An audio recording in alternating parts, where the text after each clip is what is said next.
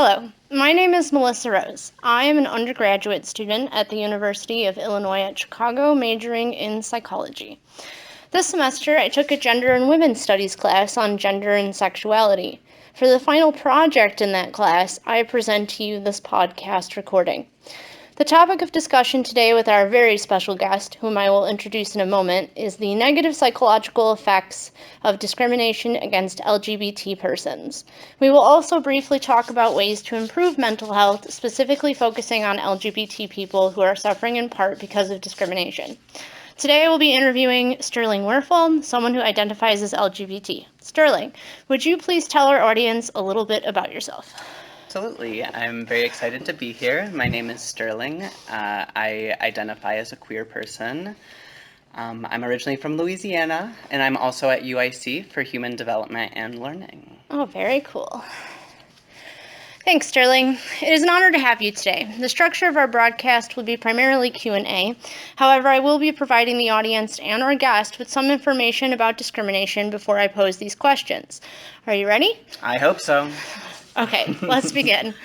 LGBT people, because of their sexual or gender identity, have to deal with discrimination for much of their young and adult lives. There is evidence to suggest that some LGBT people, particularly young LGBT people, are experiencing mental health issues at a much higher rate than non-LGBT people, which are believed to be influenced by the discrimination that they face. Healthypeople.gov, a government-sponsored website that promotes the preventative and the improvement of health for all American people, has a section of their website dedicated to LGBT people. According to the LGBT section of the healthypeople.gov website, research suggests that LGBT individuals face health disparities linked to societal stigma, discrimination, and denial of their civil and human rights. Discrimination against LGBT persons has been associated with high rates of psychiatric disorders, substance abuse, and suicide. Experiences of violence and victimization are frequent for LGBT individuals and have long-lasting effects on the individual and the community. Indeed, all of these claims are true.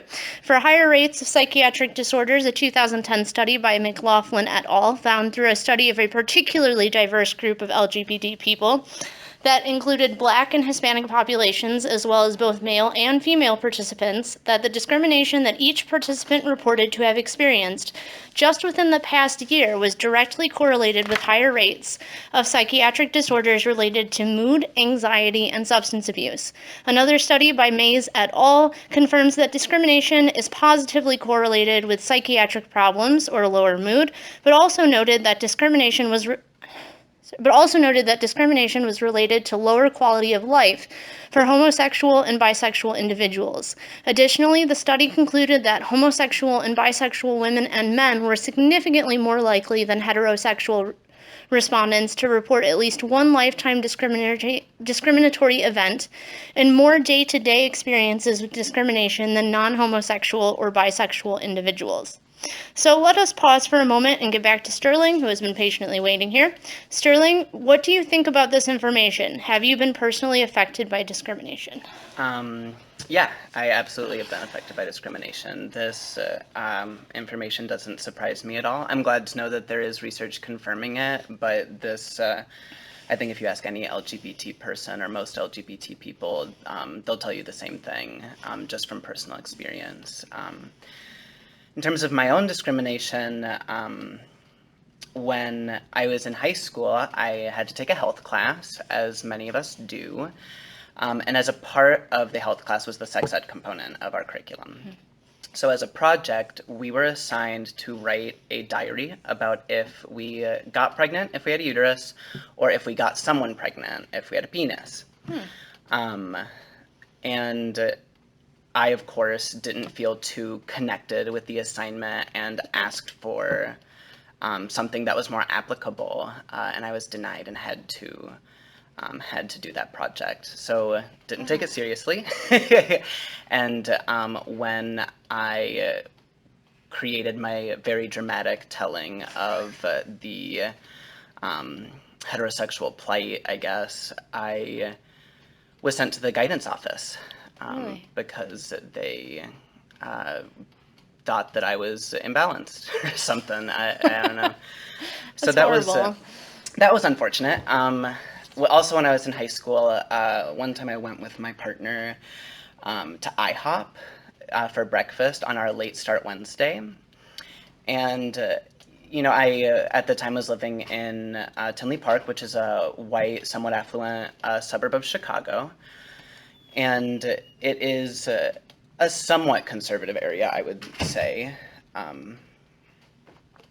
And when we were there, I don't remember if we had an open PDA. Maybe we walked in holding hands or something. I'm not sure. But I noticed that we were getting a lot of stares from the older white clientele in the establishment. And so we sat down, we ordered, and I noticed another couple in the restaurant talking to our waiter and pointing at us. And we were then given our bill and to-go boxes. And of course, they didn't outright say that we weren't welcome or that we should leave. It was very clear in the intonation what was being asked of us. I'm sorry to hear that. Yeah, it's not okay, but No, it is. It's not okay. How does this information concern you in regards to the community that you belong to? Pause for a second. Yeah, this information is very concerning because you have to keep in mind that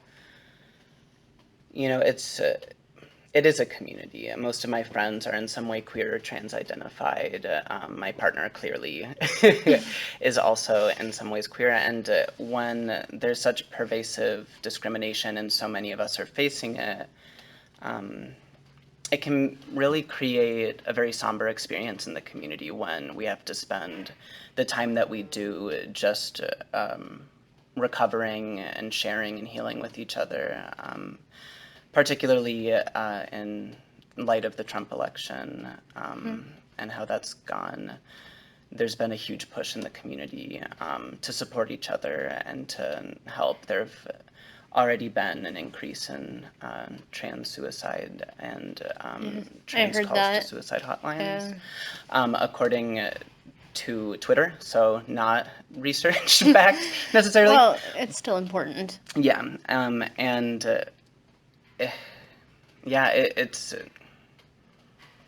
it's pervasive in the community, and it absolutely affects us in the daily, as well as are you familiar with community trauma as a term? I am not. Okay. Please educate me. So community trauma is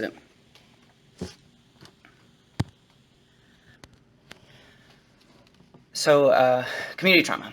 It's when an event traumatizes an entire community. So to give an example might be an easier way to understand it. So like the Pulse nightclub shootings. Yes. While I was not in attendance that night, and I don't know anyone who was in attendance that night, and so I don't have any personal connection to that event, but I, like many other LGBTQ people, felt scared and felt sad, and having to see, on the bus in Chicago, these businesses that are putting up LGBT flags, like We Stand With Pulse, and now, this thing that's really scary and really traumatizing and really upsetting, that I've been crying over, I see it on my way to work, I see it on my way home from work, it's all over Facebook. Now they're trying to say that, the shooter is gay and that it's so like, community trauma, I'm not connected to that event in any meaningful way, but the community is affected by that. And it's pervasive. And same with the AIDS epidemic. I was not alive during the AIDS epidemic, but there is a residual community trauma of how poorly the American government responded to that. Right. And how they responded subsequently even has been unacceptable. And despite not being HIV positive myself, there is still this community sense of loss for a generation of queer people who didn't make it into formal adulthood. Yeah, and it's something that me being, white, heterosexual, I don't get to experience. I don't even think about it. You're telling me about this for the first time.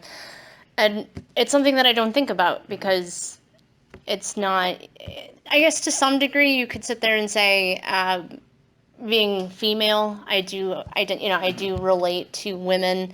But I just don't think that, like I said, it's interesting because it's not something that, coming from my perspective, we think about. And that's like really terrible that that's something that's operating in the world and something that is affecting these communities like that. Being someone who wants to go into psychology, that kind of stuff is really important to me. Knowing, and that's why I take so many gender women's studies classes and African American studies classes, because I really want to understand where these people are coming from in the communities that they're coming from, so that I'm not being insensitive to them without realizing that that's what I'm doing. Right. Before we move on, there was one more question I wanted to ask, and I know that you do quite a bit of activism. So in light of the state of our country, I will put it, I could imagine that that's kind of daunting for you because, and I feel it too. I am an LGBT supporter, an ally as they call them, and it's absolutely heartbreaking for me to sit and think that all of this progress that we've made is now in jeopardy. Right. And not, social progress that's really important to a lot of people. So how does that feel for you? Yeah, as an activist, it's a difficult time because it's hard to know where the road is from here. It's hard to ask for something. So I was at the Trump protest in Chicago after his election, and one difficulty I had with that protest is that it's unclear what our purpose is, other than expressing discontent, which in and of itself is a perfectly fine reason to protest. But there wasn't a call to action. There isn't this, we aren't asking for reformation. We aren't asking for a recount. We aren't asking for the Electoral College to be, dismembered or whatever. And so I think where I am right now as an activist, it's difficult to know what to even be activizing for. At this point, it's just so much just trying to love each other and be supportive for each other in this really hard time, and displaying what I like to call radical softness. Okay. And using community and love as a form of protest. Right. And that's important. I think that's really important in the election season that we've had. Just, forgetting that that's important in itself. Yeah. Because it's been a long 2 years, in my opinion. It's just too much. Many roller coasters. All right, so we're going to move in. We're going to talk about discrimination against LGBT adolescents and how that relates to their mental health problems specifically. 2000, unfortunately, the news doesn't get any better. A 2008 study by Garofalo et al. Issued a health risk assessment survey with 20 health risk behaviors to a population of gay or lesbian adolescents, their average age being 16, and they determined that a significant number of these adolescents were more likely to have engaged in some of these health risk behaviors and to report a suicide attempt related to having engaged in these health risk behaviors. Many of these health risk behaviors included sexually risky behaviors, dangerous sexual situations, I think actually just dangerous situations in general, and substance abuse. Another study by Almeida et al. Looked at 1,032 LGBT adolescents in 18 different high schools, 9th through 12th grade, in the Boston area, and found that those who experienced discrimination scored higher in depressive symptomology and were more likely to engage in self-harm behaviors and suicidal ideation, respectively, with differences in categories of gender orientation, sexual orientation, male or female. They write that results indicate that in the absence of perceived sexual orientation-based discrimination, LGBT males and females have similar levels of depressive symptoms as their heterosexual and non-transgendered peers. So, Sterling, growing up, did you or someone you know deal with discrimination or bullying in high school? Um, yeah, absolutely. I would like to actually talk a little bit about that survey if Yes. I. Oh, yes, definitely. I had something to say on that as well, so. Oh, okay, great. I would really push back against some of the language that's being used here, sexually risky behaviors, dangerous sexual situations. I would imagine. So let me take a step back here. An important fiber, particularly of the gay male community, are gay dating apps. Right. Most famously, Grindr. Yes. But there are many, many of them. And I feel as though it wouldn't be. Well, I guess it's in 2008, so I'm not entirely sure how prevalent Grindr was at the time.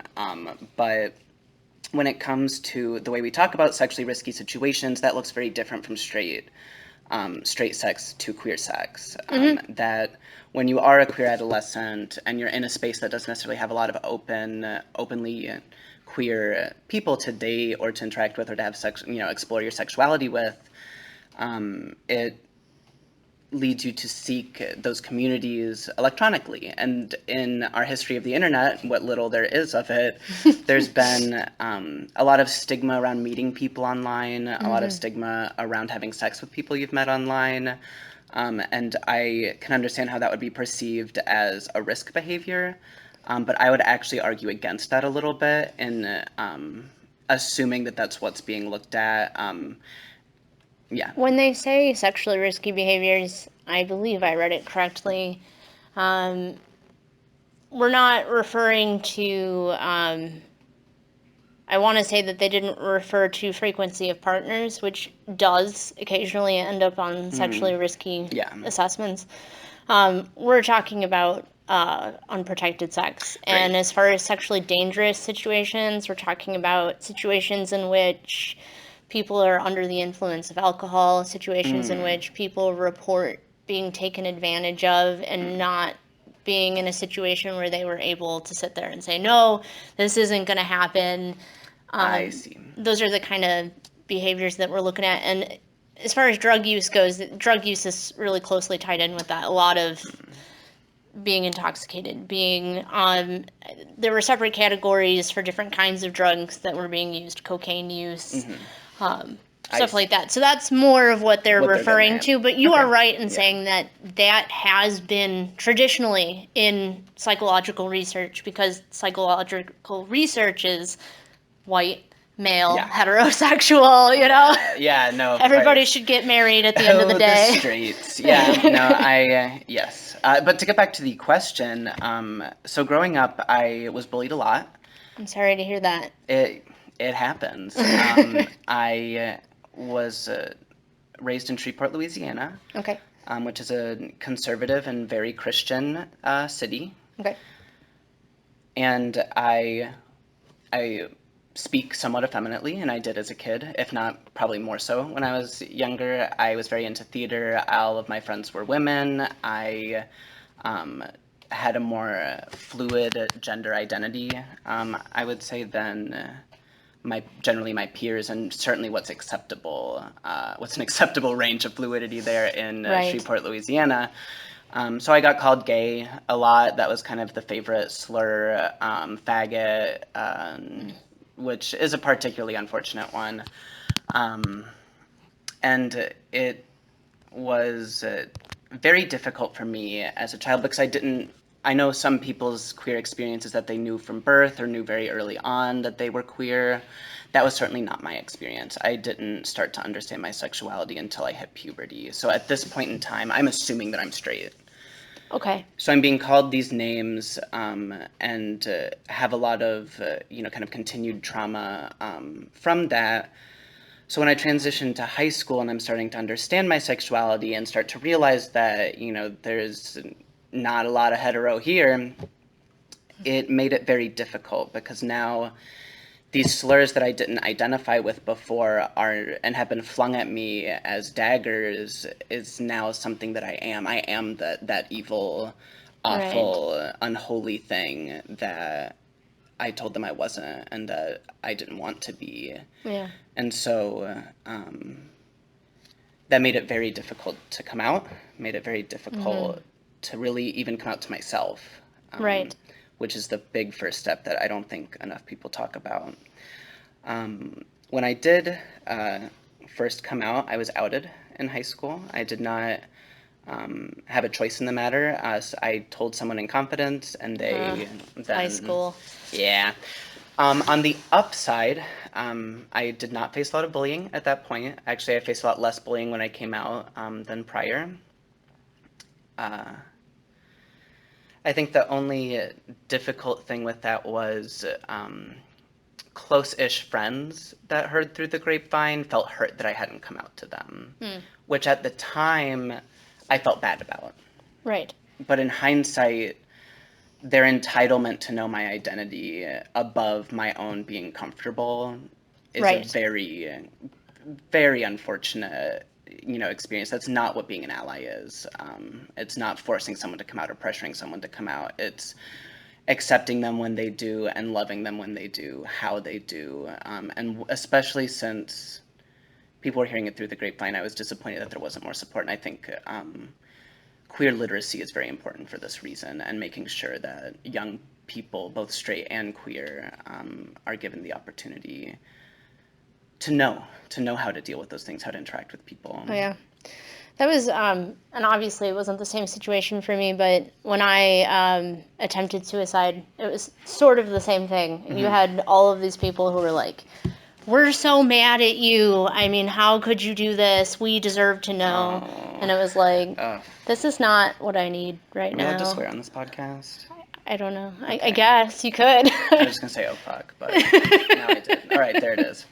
No, but I obviously I can't relate, but that's what it makes me think of. It's like, why are you, this is backwards. Yep, it is. And you're right. I think that's really big, because that is something that everybody talks about, coming out to everybody, but talking about how important it is to come out to yourself and really feel secure in who you are, or at least secure enough to actually come out, because... And I would even not push against that per se, but we love our labels in America. We are all about homosexual, heterosexual, bisexual, pansexual, demisexual. Like, we got all the labels.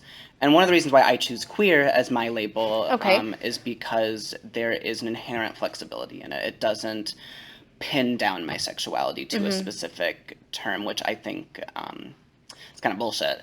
So I would say that accepting that you don't know your sexuality, and accepting that it's changing, and being able to accept and love that about yourself, even above trying to find what your label is so that you can come out. Right. And I think that's what we've run into, is that coming out's become such a cornerstone of the queer experience that now there's almost this rush to find your label.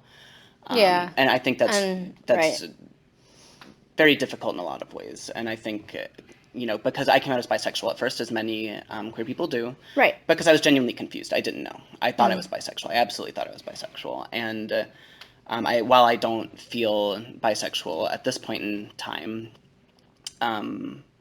there was this attitude, and still is this attitude, of bisexuals for people who can't admit that they're gay yet. Yeah. And even though I fit that narrative on the externally, that was very damaging internally, in this way of you're just pretending. Right. So even now that I've finally chosen a label and I finally come out, I don't even get that. Well, it's such an offensive label. I don't think people think through what they say sometimes. No. Because in one swoop, you're sitting there degrading bisexuals and homosexuals. And in one statement, one little phrase, you're sitting there saying, well, you're just this freak of nature and you're doing it this freaky way. It's like, that's not cool. Yeah. So many things are just not cool. Not cool, man. Sorry. Do you know anybody who had a serious mental health issue because of these things? Yes. Okay. Now, you don't have to share that with me if you don't want to, obviously. I am happy to share. Okay. I'm happy to share. So every partner I've ever had has attempted suicide at least once. I'm so sorry. And that is pervasive in the community.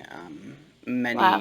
if not most of most LGBT people that I know have a serious mental health issue. I can't think of anyone off the top of my head that doesn't. Wow. Wow. And I know plenty of queers. So, and You got a representative sample in case Yeah. you do the research. I think so, at least. I think maybe we are self-selected because we're all fucked up. Let's just be fucked up together. Right. But no, I personally, I was diagnosed with ADHD. Okay.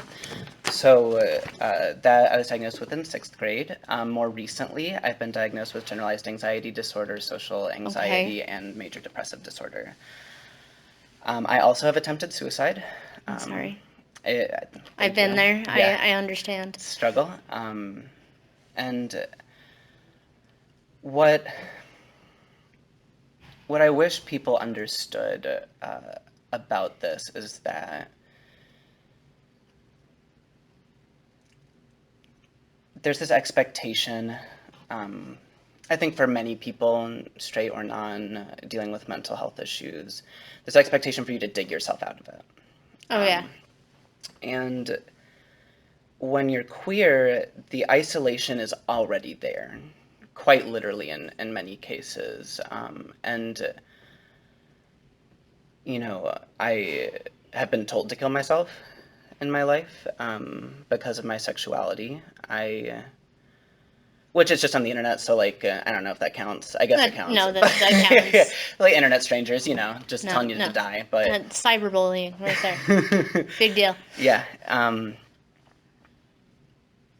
And without support and without knowing, because that was very vague. The internalization of homophobia is a huge problem, and it's something that I really dealt with, being from a very conservative space, Right. Originally, and having a relatively conservative family, although my nuclear family is relatively progressive. It was very difficult for me to overcome my own image of what this was, and hard for me to accept myself as this, because I wanted to have a wife and natural kids, and those were things that were really important to me when I was growing up and continue to be important to me now, and they were things I didn't think I could do Right. if I were gay. I've heard that. I've heard that.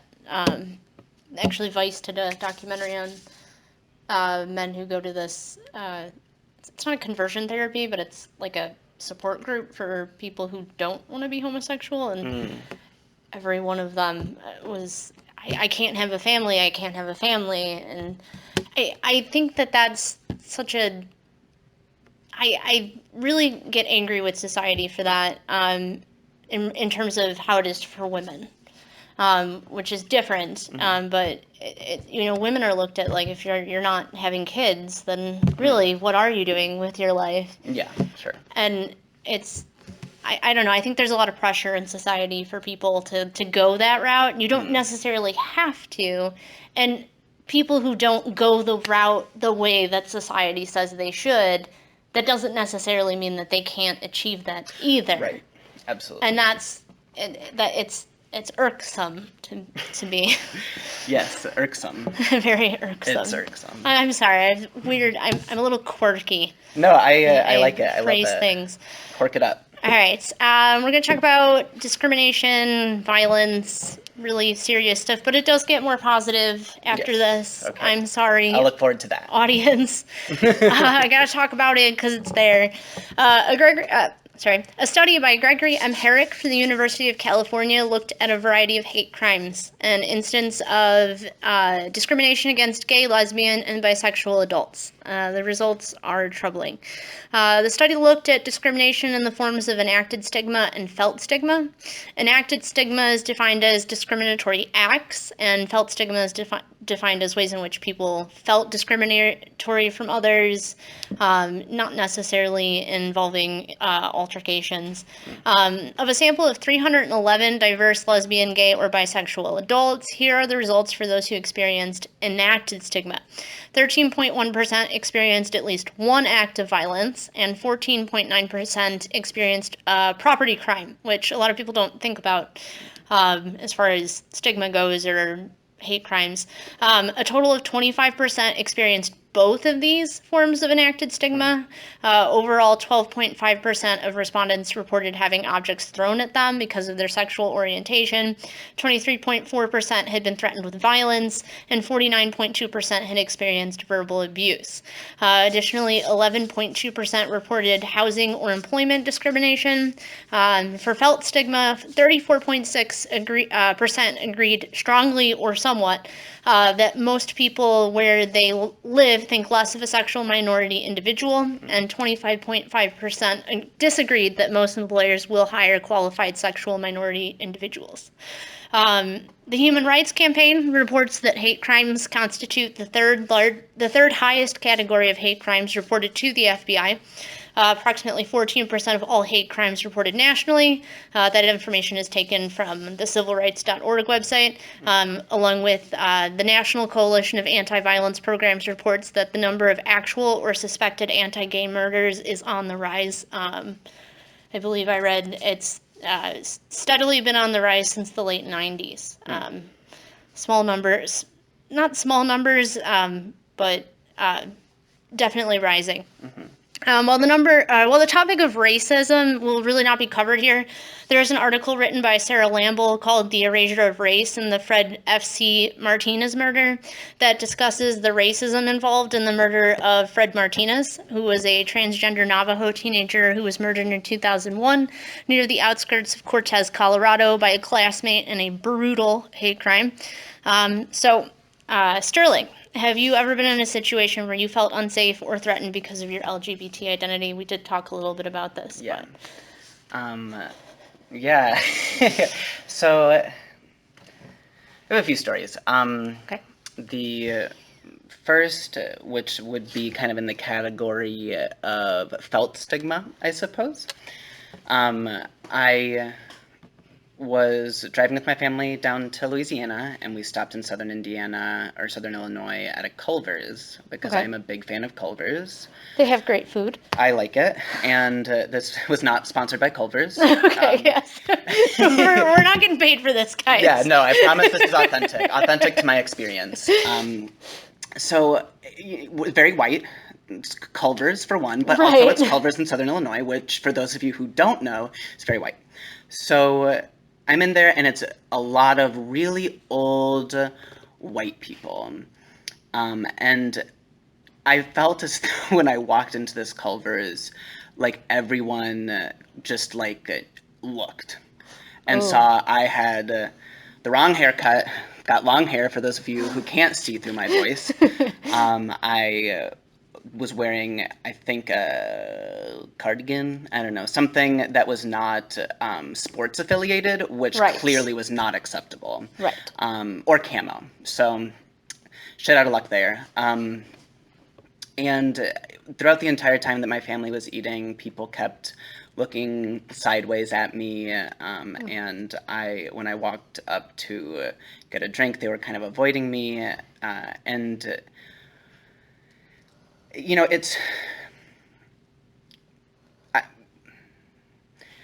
I've had partners be assaulted. Okay. And that's hard, because that's, a lot of times, I feel like I care about my partners more than I do myself sometimes. Yeah, no, because it's so scary. It's so scary, Right. and you don't know when it's going to happen. It's not like there's a warning, you know, it's just one second you're up, the next second you're on the ground. So, like, Wow. you know, I feel like, which I was not assaulted, but I'm scared. You know, I'm seeing that people are having some kind of reaction. I know statistically where I am, there's a higher prevalence of gun ownership. You know, there are a lot of components of that are frightening.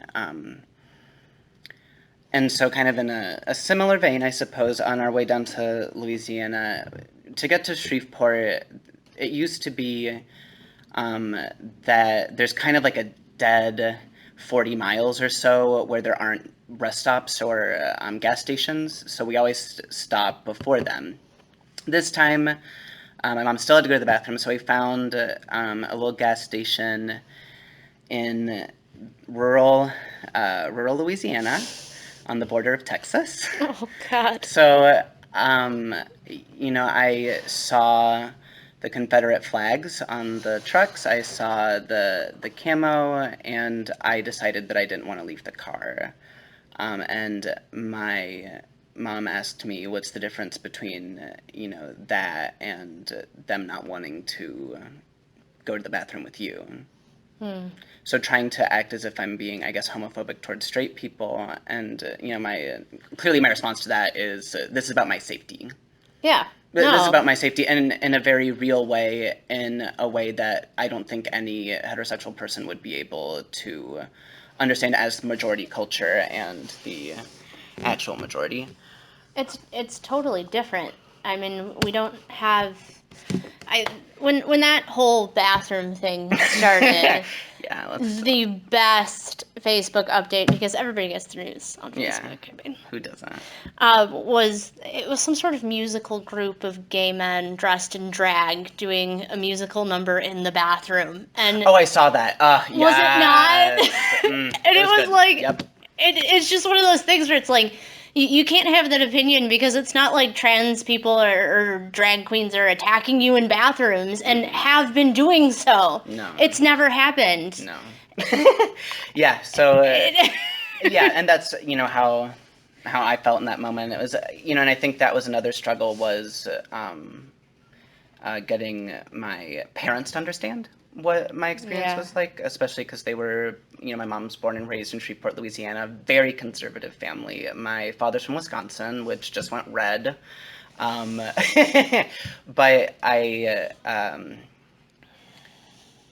when I tried to explain to my mom why it was different, I started crying. I'm sorry. And it was, it's kind of a hard moment, and it's hard to get my parents to understand. Like, my dad wouldn't call any of my boyfriends or my partner or refer to them in any way as romantic.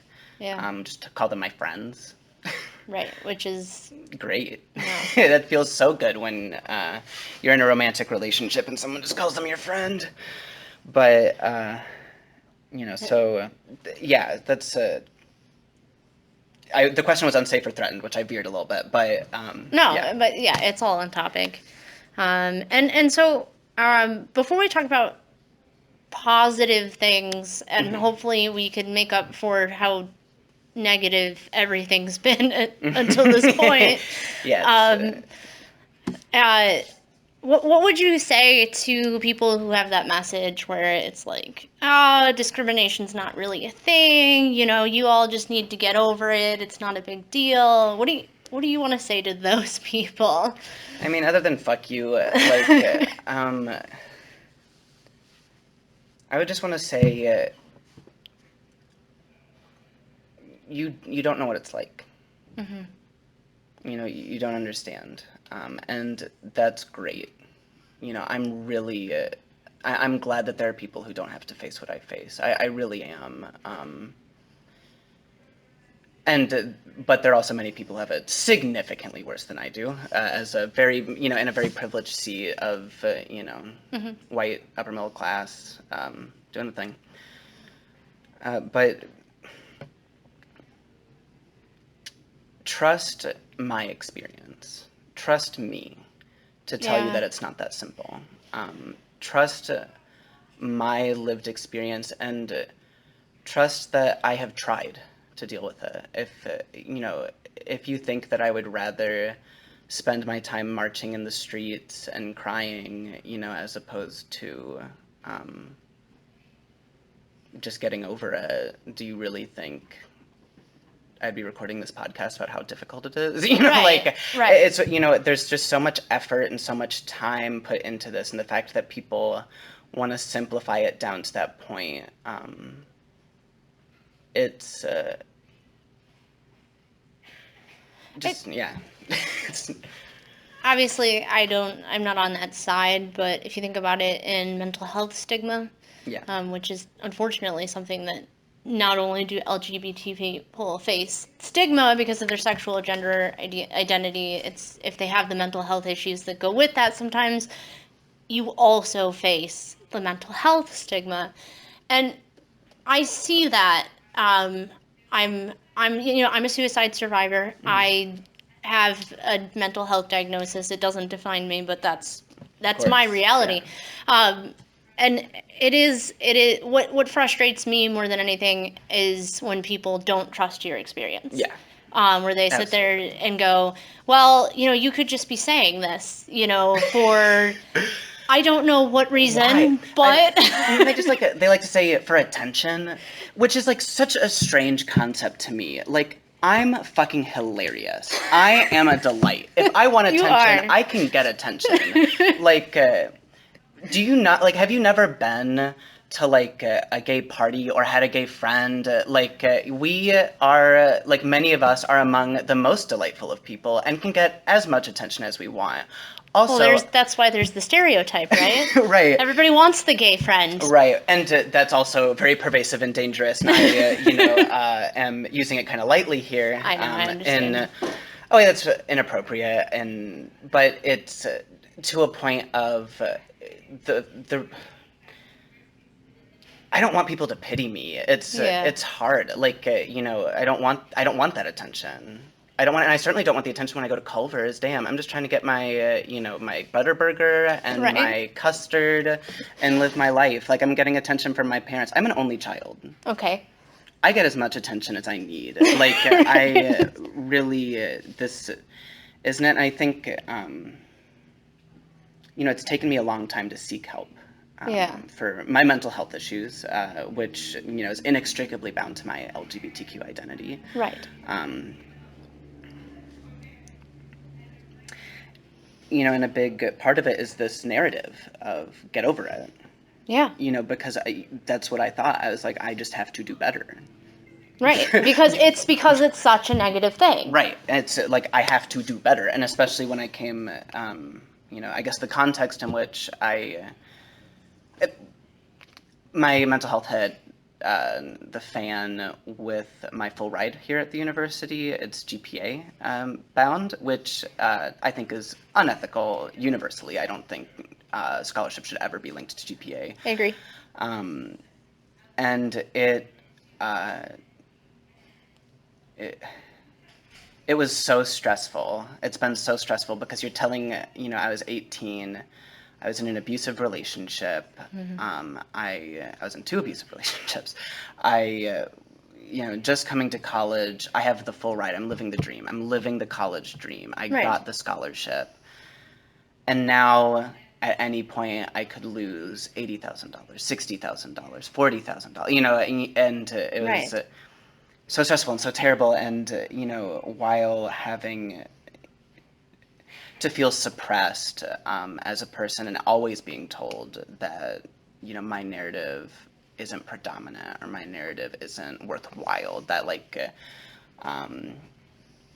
had a lot of people when I've regaled some of these experiences, like, oh, well, how do you know that's because you were gay? Like, maybe they were staring at you because they liked your hair. Like, and I think this is, that was what I felt. I was like, oh, maybe I'm wrong. Yeah. And so maybe it's not this terrible, right? Because that's how they make you feel. Right. And and I felt in the same way that I felt with my mental illness, I feel very similarly with my identity that I was struggling, but I'm read as cis. I use cis pronouns despite identifying as queer.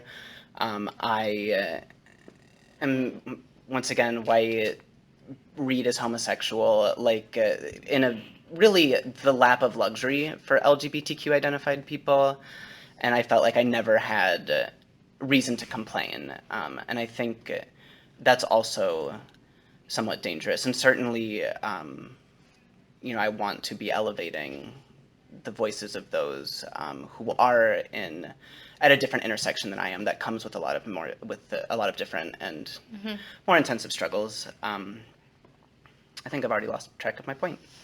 Totally derailed. Oh, but the point is that this get over it narrative That's is what I was bullshit. gonna say, There we yeah, go. is- Yeah, you get it? it's Yeah. bullshit. It's toxic. It's unfortunate. Done. I agree with you. All right, so let's turn the conversation to a more positive note. Yes. We know that discrimination against LGBT people is causing some serious issues for the LGBT community and individuals. So how do we address those who are suffering, particularly those who have mental health issues resulting from discrimination? And I know that Sterling is about to teach me more than I could have ever found in research. But here's what the research says. Yeah. Pat Griffin, PhD, and Matthew L. Ouellette, PhD, suggest in the Policy Journal of the Institute for Gay and Lesbian Strategic Studies that gay-straight alliance groups in schools are particularly effective in providing support for LGBT students against discrimination.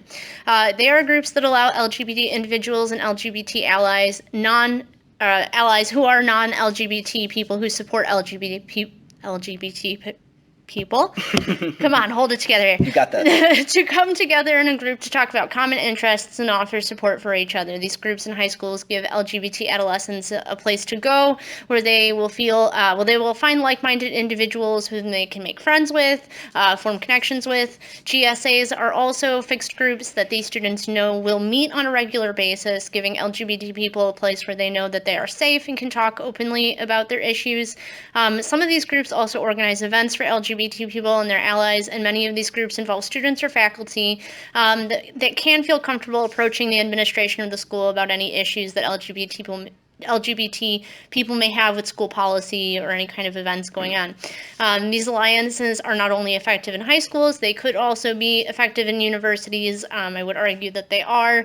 A 2013 article called Generation LGBTQIA by Michael Schulman reported that many university students are looking for on-campus groups that identify with their gender or sexual identity, and that these groups could be beneficial to these individuals regarding their sexual and gender identities. Obviously, we're talking about LGBT people. White, heterosexual people don't need a group. Y'all already have groups. Yeah, we have horrible groups. Now I lost myself. But I lost my point. At a university, these groups often do organize social events for young LGBT adults. They also give these adults a vehicle for becoming politically active in their area or at their school.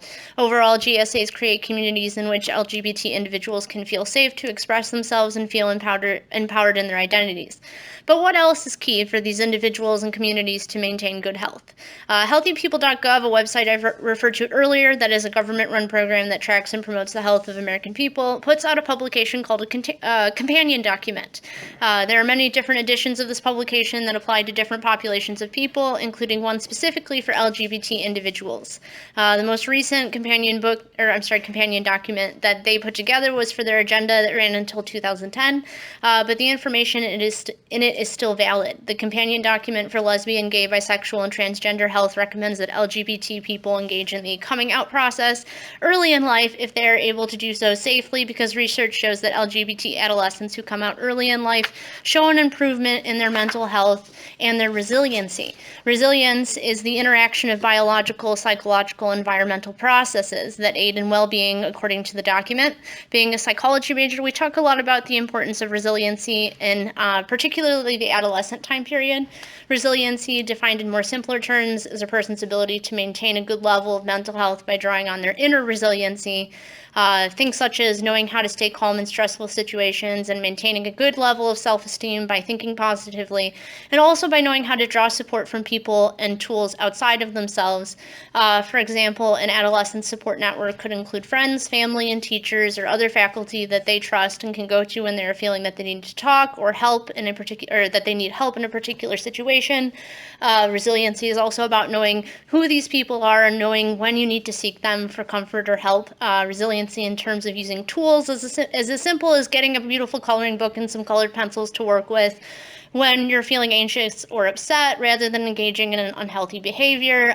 If you're on medications, it's important to take your medications. That's another tool that you can use to up your resiliency. These kinds of tools and concepts are taught to people who seek treatment for mental health disorders, but they are just as valuable for people who do not have a mental health diagnosis. Knowing how to maintain good mental health is beneficial for all people, but oftentimes more important for LGBT people who face discrimination in the ways that they do in America today. I can talk about gay-straight alliances. Yes. Why don't you do that? And I don't have a lot. There's not a whole lot of research on coming out.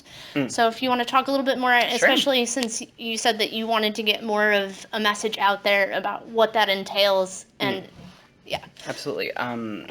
I'll first start with talking about gay-straight alliances. I've never been part of a gay-straight alliance. Okay. They did not have one at our high school because we actually both went to the same high school. What Yes. up? Yes, we did. But they did not have one when I was attending, and I certainly think gay-straight alliances have a place in schools. Yes. I do, however, Okay.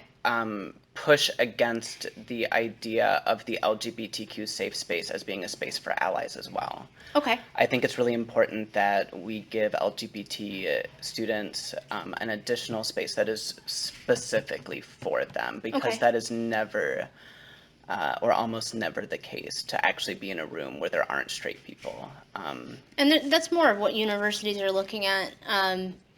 I mean, straight people may be in attendance, but those groups specifically are more geared towards sexual or gender variant individuals. Mm-hmm. Go ahead. Yeah, and I, one big critique I have for GSAs that I've heard from other people who are involved is that it ends up actually being more of a speaking point for allies than it does for actual LGBTQ people. And it's just another example of how we're marginalized, assuming that that's universal, which this is anecdotal, so maybe not. I wouldn't disagree with you.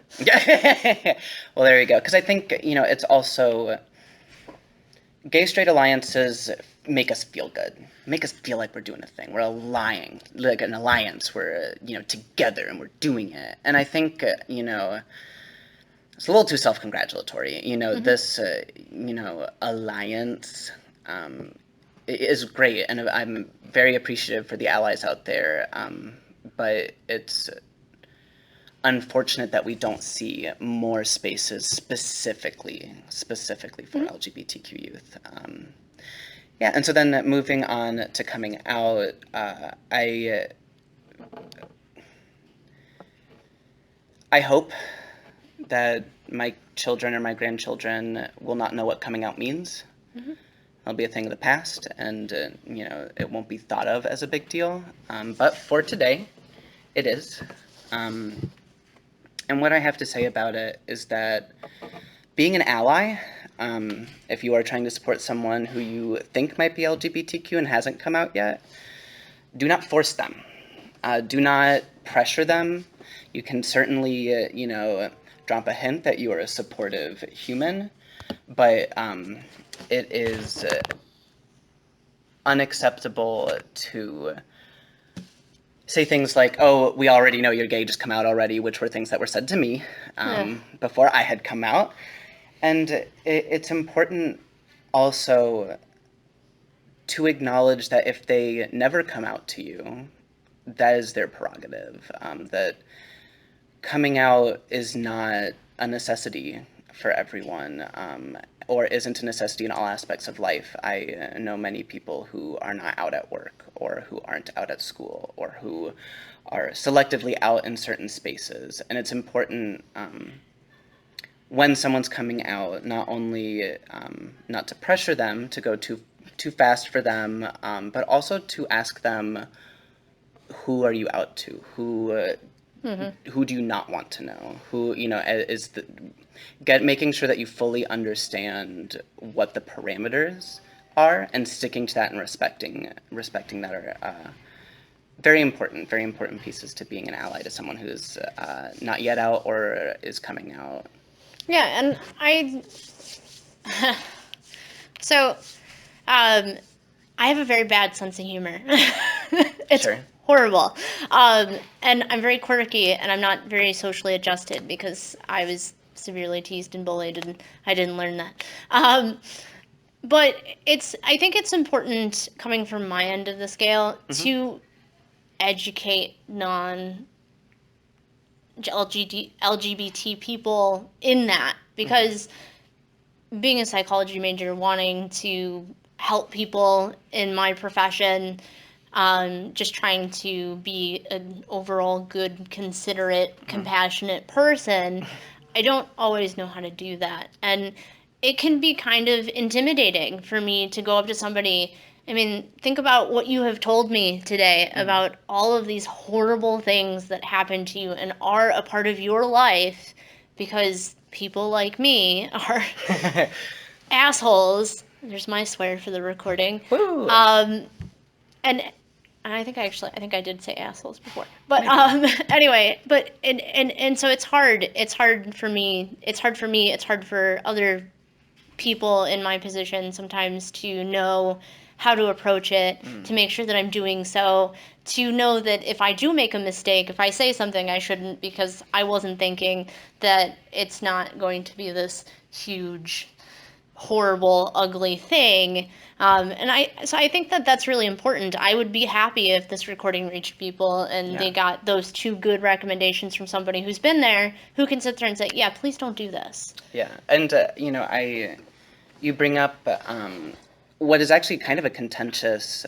point in the LGBTQ community about educating non-LGBT people, because it is exhausting.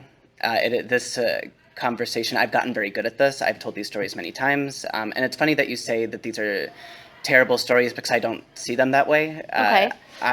I've heard horror stories. I am not a horror story. I am blessed. I am so fortunate that this is all I've faced. I've faced stairs at Culver's. Right. That's one of my stories, and that's terrible. That's objectively terrible. But it's funny the relative perspective on that. But also, what I would also offer to you and to other allies is to be proactive in educating yourself. And I think that you have, in taking these gender and women's studies classes, and I think that's amazing. Oh, thank you. Because relying on your friends who are out, or relying on people that you know, it can put us in a very difficult situation. Okay. Particularly when someone just starts asking questions without being like, hey, I have a few questions about your identity. Is now a good time? Does this feel okay? Right. Like, and people just be like, what's it like being gay? And I'm like, well, I'm not, but we can talk about that another time. Or like, what does queer mean? Or like, why are there so many acronyms? Why does it change? What's the difference between LGBTQIA and LGBTQIAA? Like, and I would imagine that is exhausting. It's exhausting, especially when you're now seen as the spokesperson. And like, mind you, to anyone who's out there listening, but also, to you, is a point that I've forgotten. Thanks, ADHD. But no, you're talking about making sure that we also try and educate ourselves. Yeah. Because it's a tough job to have to explain. Yeah, and I get it. And it's also tough for me being on the other side, because knowing that those are my people that do that. Yeah. You didn't see that face palm there? There was a face palm there. There was an impressive face palm. All right. Confirmed. So, and resiliency, last thing. Oh, yeah. Just good mental health. What are ways that you work on your resiliency? Oh, wow. I would classify myself as not a very resilient person. Okay. To be honest, I apologize there. Oh, no. And once again, I think it's relative. I feel as though... I think you're very resilient. Well, thank you. I appreciate that. Honestly,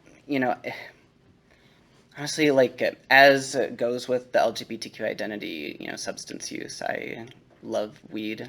My antidepressants are great. Antidepressants are good. Nobody can argue against that. I'm all about them. And that certainly ups my resiliency. I'm in the process of finding out how to be resilient. Okay. And how to not feel hurt. And you know what, let me give an example. So I get really scared when I'm interacting with authority figures, particularly professors. Scary to me. I do that too. I'm so scared all the time. And And you do so well in class, which is where I met Sterling, guys. yeah, not at high school. And the ultimate irony. Anyway, I lived under a rock in high school, okay? I did theater. I was all the theater. I was in theater too. Why And we didn't meet each other. I wonder if we worked on any of the same shows. What would that have been my freshman year? Anyway, sorry. Okay. That's an after podcast discussion. Yes. Ooh, what was I saying? You're talking about being afraid of professors. Yes. So I have a professor this semester who is a delight, and I very much appreciate her. I do have disability accommodations with the university for my mental health issues, and one of my accommodations is absence accommodations when I'm feeling too anxious or too depressed to come to class and be present in that space. I have the accommodation to choose not to. I didn't know that was offered. It is, and it is a delight because I have needed it quite a lot, especially this semester, which is why I emailed this professor, you know, just kind of saying, hey, I've been keeping up, with my work at home, which was true. But I've noticed that the participation score in this class is just over 10%, which I was getting 100% in the class. But that participation grade, if I get a 0 because I've lost all these days, because it's still up to a professor to decide how to acknowledge your accommodation. I have these accommodations. They have to be made to a certain extent, but professors have a little leeway in figuring out what that is. Well, they get to decide what that line is, which is awful because professors don't know shit. Anyway, so I send this email, and more or less I'm just asking, like, will it be possible for me to keep my A? You know, what is it going to take to keep my A? How are we going to acknowledge my disability accommodation? And she responded very generically and just said, you know, students who don't attend class have a difficult time receiving an A.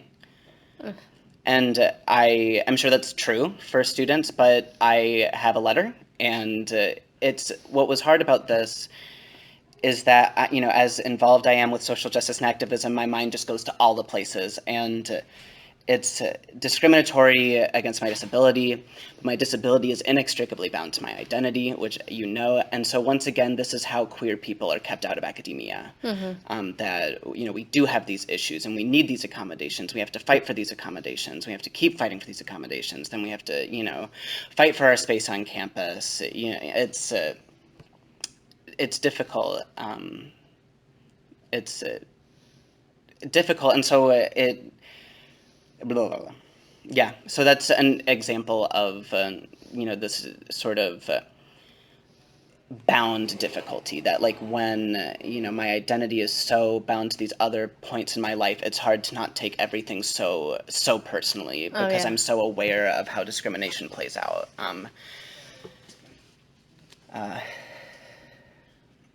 There was another thought that I had. But you will be fine. I mean, you will be I will okay. Be fine. Once again, it's that scholarship. Yes, I hear that. Yeah. God, there's such a good thing. I was so proud of thinking of it, and now it's gone. Anyway, that's probably good enough. Okay. Well, closing statement. Lastly, to our audience, today is November 10th. 2016. This is a day after I and pretty much everyone heard the news of Donald Trump being elected president. We just want you to know that Sterling and I support all LGBT communities and individuals, and we will continue to promote an environment in this country in which you all can grow and thrive. Please, if you are concerned about this news, know that you and your communities are there, we and your communities are there for you. Please do not be afraid to seek comfort and help. There will be all the links to the research that was used in this recording, and also a few links for mental health resources posted with this podcast for anyone who might need those. Anything else? Yeah, I just want to close off with sending love to anyone who is struggling today, and let you know that you are worthwhile and you are beautiful just the way you are. And if the world doesn't see that, know that I see that, and that you're not alone. You're never alone. There are many of us, and we understand. Okay. Well, thank you very much, Thank Sterling. you. Thank you to our audience. And I guess that's all for us.